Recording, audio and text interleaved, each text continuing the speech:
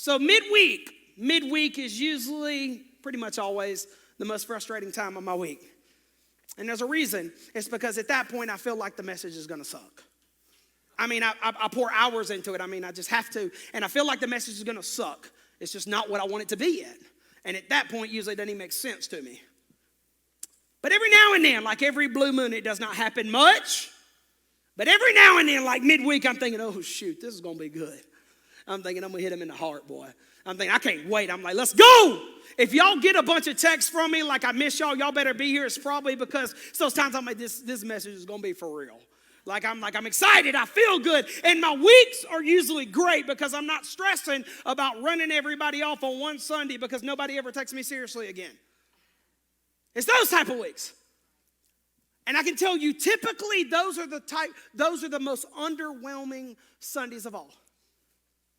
Seriously, when I am the most confident, it is when I walk off the stage and I think to myself, that was anticlimactic. That was not at all what I thought it was going to be. I've gotten to the point now that I know a lot of people on staff and tech, like these are the Sundays that I truly have to rely on him the most. We all do. Those Sundays that I think, man, the midweek, I'm like, here we go. We're going to be rolling. Those Sundays, instead of hit somebody in the heart, what usually happens is I hurt somebody's feelings. And I find out later that they left the church never to speak to me again. And I'll be honest with you, that doesn't happen just once or twice. It happens more than you know. And it's different. The details may be different in your life, but disappointment happens to everybody. You know, I'm a pastor, but we're people. We all have disappointment, you know. You worked hard. You know, you didn't get the promotion. You should have, but you didn't. You should have, but you didn't. Your marriage, man. You know, your marriage may not be bad or abusive, but it just hasn't lived up to what you were excited about on your wedding day. Young people, like, you didn't make the team, or you did make the team, but you're sitting on the bench. You know, what do? Disappointment is tough. What do you do with it? What do you do with it? You know what's even tougher? Delay. Delay is as bad and honestly almost the same as disappointment. What do you do when you've waited your turn? When you've went to everybody else's wedding showers and baby showers? You've been faithful. You've been a great sideline celebrating everybody else. When's my turn? When you see people who catch their breaks, start their careers, find their person, whatever, and you work twice as hard as they did, but you have not gotten the harvest from your seeds. It's still sowing season. What do you do with it? What do you do when life doesn't live up? What do you do when God doesn't live up to your expectations? Because I'm just going to tell you right now, and I don't have time to argue with you, it's true.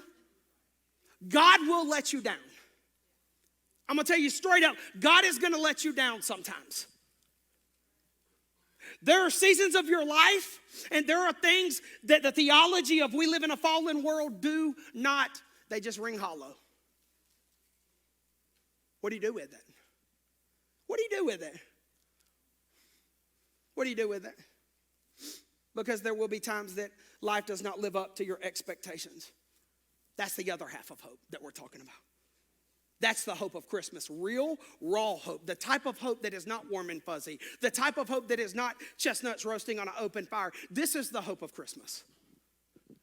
This is the hope of Christmas. Last week we kicked off the series and I talked about the hope in what you didn't ask for.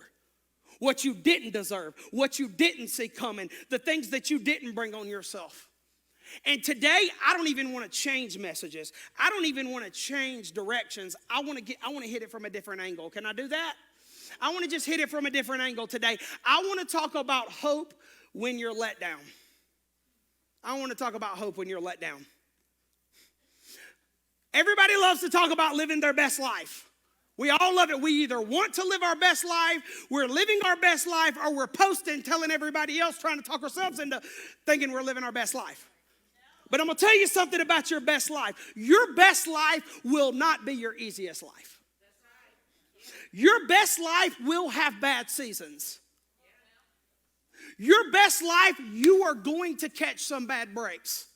You are going to have some bad things happen. Your best life will not be easy. What do you do with it, though? What do you do with it? Today, I'm going to encourage you. I'm going to challenge you. I'm going to challenge you because there's hope. But here's the thing. The hope is in how you handle it. The hope is in how you handle it. Can we get that up there? The hope is in how you handle it. And that's what I want to show you today because we're going to jump into this Christmas thing. I promised you last week.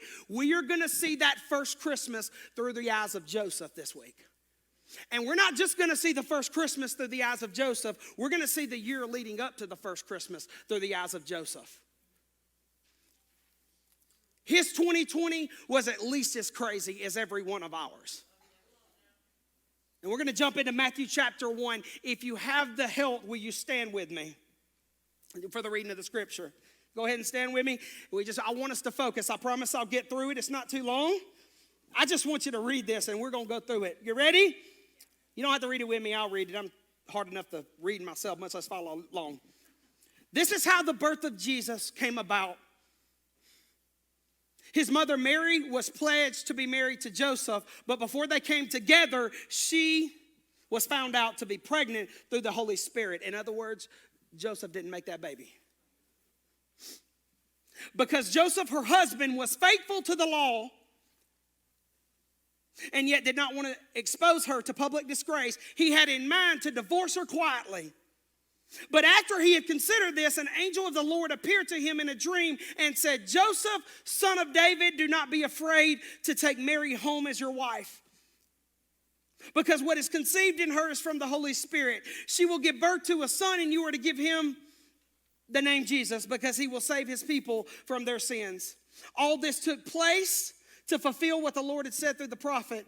The virgin will conceive and give birth to a son, and they will call him Emmanuel, which means God with us. When Joseph woke up, he did what the angel of the Lord commanded and took Mary home as his wife, but he did not consummate their marriage until she gave birth to a son, and he, say he, not Mary, gave him the name Jesus. As you're seated, tell somebody it's about to get crazy. I'm about to show you in this culture. Okay, y'all ready? Because there are some things in here I think we all miss. We talk about our 2020. You talk about your 2020, right? What about your fiance? Your fiance telling you, I'm pregnant. And she doesn't just tell you I'm pregnant, she pulls a Maury Povich on you. Joseph, in the case of Jesus, you are not the father. I get anxiety. I'm telling y'all, I've read this story over and over. I get anxiety thinking about this conversation Mary had to have with him. Let's not forget, this isn't 2020, this is 2,000 years ago. And this time, Mary should have and would have been stoned if it weren't for Joseph being a really good man. The Bible said he was faithful to the law. The law said to stone her. But he also wanted to treat her with humility and mercy and grace. And I want you to see this, okay? It said that he wanted to treat her with humility. He wanted to treat her with mercy before the angel ever confirmed a thing to Joseph. He was a good man before God confirmed. All he had to go on was Mary, his fiance, saying, baby, I swear I didn't cheat. I'm pregnant. God got me pregnant. He wanted to handle this disappointment the right way before God ever said anything about what happened, that Mary wasn't lying. Let somebody say that to you. Let your spouse or your fiance say that to you. I promise you, Joseph was disappointed. He was disappointed. This is not the way he saw his life with Mary starting. Engaged, raising a baby that was not his own, not to mention the bread was put in the oven, in our version now of being engaged. Disappointment. And there is hope in your story, but the hope is all in how you handle it. It's not just given, it's in how you handle it. He was disappointed. I promise you that we'll get into Mary and what she dealt with last week. I promise you that there's a lot of things that have changed 2,000 years later, but the most beautiful part of people is even 2,000 years later, there's a lot of things that haven't changed. Like, for example, I promise you there were people talking about what a chump Joseph was. I promise you. Boy, don't people like to tell you what they would do if they were in your situation? Oh, I'm telling you, people love to say what they would do. Boy, I tell you what I would do if I was Joseph. I would have her on the front porch, and the last thing she would ever see is the front door. That's what I do. That's what we love to do. Joseph had to hear it. Joseph had to see it in people's looks. Yeah, this decision was not a one-time, oh, I love Jesus. It was a walking out the rest of his life. People looking that did not believe it even after God confirmed it. And they had to look at him and look at him as less of a man because he did what God said, but nobody believed it. Oh, there's hope and disappointment, but the hope is all in how you handle it. Yeah, try going through that. Joseph was a good man, and we're really going to jump into this. What do you do when you're disappointed? Because all the things we do usually come back to the same couple things. What do you do? What do you do when life doesn't live up to your expectations? What do you do when people, life, or God let you down, when you don't get what you were believing for? What do you do? What do you do? Do you rally the troops? Well, a lot of us do that. We like to tell everybody else, We like to tell everybody else. Tell our side. Prove your point. My ex is a sorry piece of sorry. We like to remind everybody on Facebook that that you're raising the baby that y'all both made. That's what we do when we're disappointed. We like to state our case.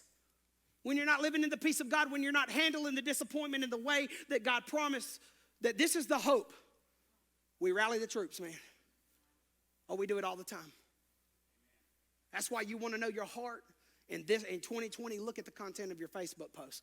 And if you'll ask yourself why you're posting certain things and really be honest, you'll see that we all do the same stuff. Young people, disappointment, man. You got the mindset of I should be starting. They can't play like me. We lash out, speak out. We don't listen to nothing because when we're insecure and we're not handling disappointment, a lot of you are aggressive. You're aggressive. You can't take challenge because you take criticism as being attacked, and you can't take it because we have lost our ability to handle disappointment. And the hope that God gives you, if you want to see something, God do something in your life, you've got to handle the disappointment because it's going to handle you, and there's no hope in that. It's going to handle you. I'm telling you, how do you handle disappointment? Because the hope is all in how you handle it. How do you handle it? We act out and we wonder while life continues to not live up to our expectations. You're consistently disappointed. You don't understand why you can't have the progress that you think you should have. You can't sustain momentum. You build it and can't sustain it. Let me give you something. This is not a word from the Lord. This is not a prophecy. It's nothing like that. People can say, this is common sense. Matter of fact, most of what the Bible teaches is it's just not easy. It's not easy to do. It's common sense. You're going to be disappointed. Let's not even talk about what's behind you or before you. You're going to deal with small and big disappointments the rest of your life. Other half of hope. You're going to be disappointed. How do you handle it? Because you can't help but be disappointed, but you get to decide how long you stay in it. And you get to decide if you get stuck in it, and you get to decide if the disappointment defines you. Because it'll change you if you don't. If you don't handle it, it will change you. Joseph was in the middle of some great disappointment.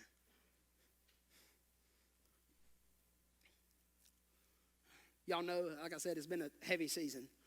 A couple weeks ago, I had my birthday December 2nd. And Derek sent me a text, and he said something. He sent me a text, and he said, he sent me happy birthday, and he said, I know this is not, it looks way different than last year. It's not what we had on the drawing boards when we decided to build Catalyst. Sure, sometimes been heavy. Just so you know, God is moving just as much. Just so you know, we're trying to train everybody, and it's been tough. Sometimes it just feels overwhelming, but God is still moving. Sure, it's not at all what we envisioned when God called us to plant Catalyst. How do you handle it, though? I'm gonna tell you on my worst day, my biggest thing is having to apologize to people when I know that not retaliate. Sometimes I'm a little bit more reactive sometimes when I'm stressed out. But let me tell you something. I love my church. I love my church. I love our culture. Derek texted me that a couple weeks ago. He said, man, Catalyst culture is still second to none. We love people. We do. We love people. We do not take sides. People can crap on us. We do not crap on them. And it is a culture that we have. It is a culture that has been the most rewarding part of this church. We love people. We do not challenge, we love people, but we will challenge them. We will challenge you. It's a culture. The most rewarding part of this season that is more rewarding, even though it's been harder, it's more rewarding than any other season. Numerical growth and all is seeing that we are true to our culture. A respected pastor in the community told me, he said, with how we've come out of this, he said, people don't have to like the culture of Catalyst. They don't have to agree with it. They don't have to gravitate towards it, but they cannot deny that church, Catalyst, is true to who we are.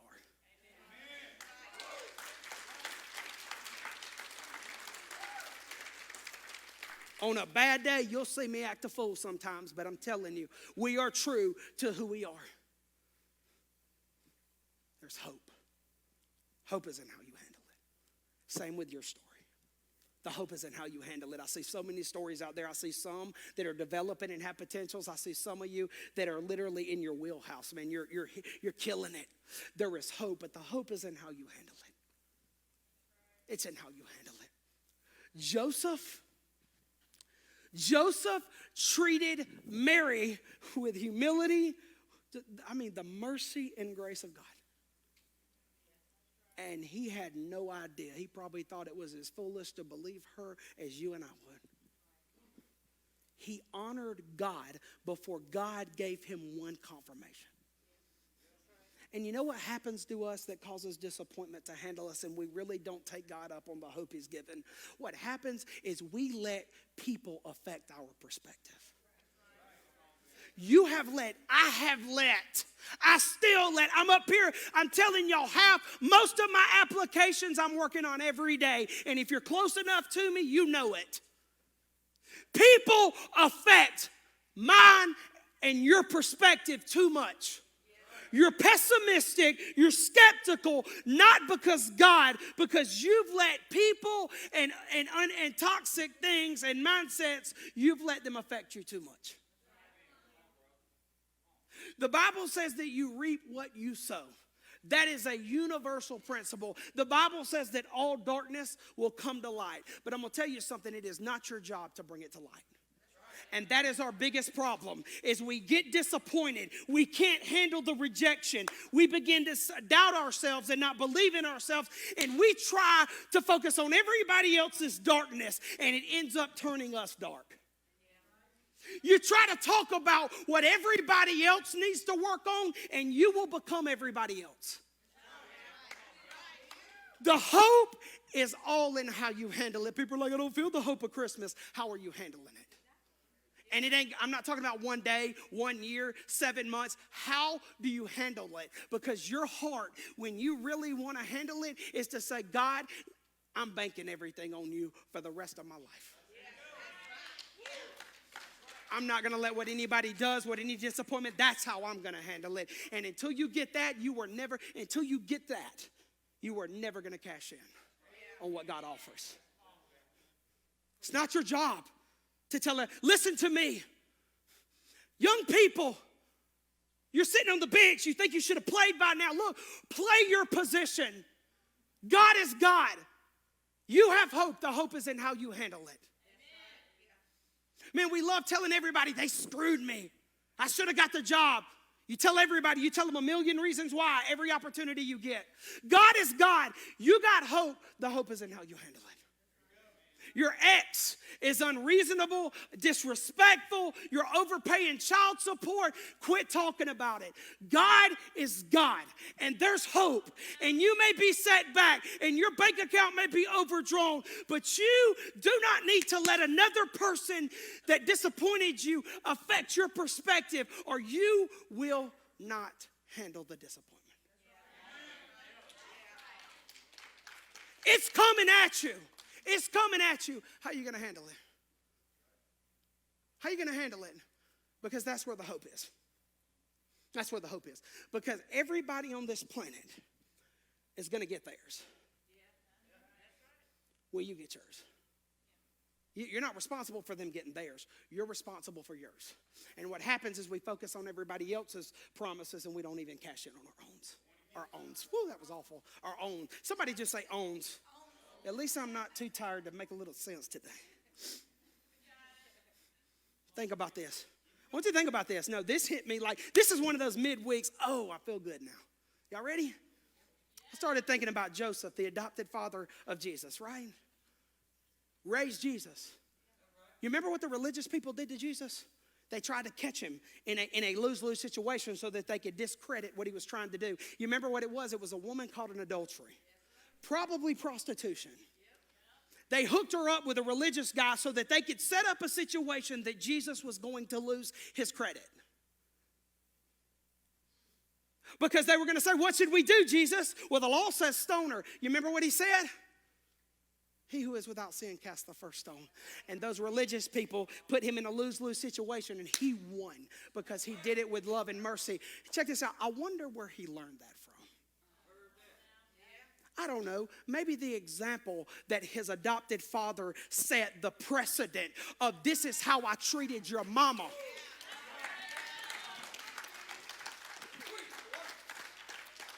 There's hope. The hope is in how you handle it. Jesus didn't just take that from God. He had a father that raised him, an earthly father, and he saw that in his dad, and you can see it. There's hope. It's in how you handle it. How you handle the disappointment. Because just as Joseph, the hope that you have is determined by how you handle it. The hope that you, listen to me, the hope that you have is determined on how you handle it. It's determined. You're going to be disappointed in life, but you get to decide how long you stay disappointed, and you get to decide if the disappointment changes you. You didn't get promoted? What do you do with that? You know what you do? You work your job faithfully and quit trying to prove yourself, and you be faithful and you quit talking behind people's back. You quit manipulating. You work your job and you trust God to honor you. Young people, you work just as hard on second string because you may never get to prove yourself on the first team until you're faithful on the second team. Your parents that were disappointed, there's a good chance when they were a younger version of you and they're lecturing you not to do what they didn't get to show their stuff because they didn't handle it well. You will reap the seeds married that you sowed single. And some of you who have been ridiculous and wasted your single years, you may have to be lonely and single for a little longer, but you get to decide, this is how I'm going to handle it. What are you going to do with it? Because the hope that you have, the hope that you have is all in how you handle it. It's all in how you handle it. There's hope, but it's in how you handle it. And Joseph handled it. He was faithful. He didn't have to. God didn't come down and tell him nothing before he decided to be faithful. I want to tell you this story. Angie and I have been together over 6 years now. Matter of fact, our date anniversary is October 5th, 2014. I know we have a lot of new people all the time, so, my wife was widowed. I was their pastor, short version.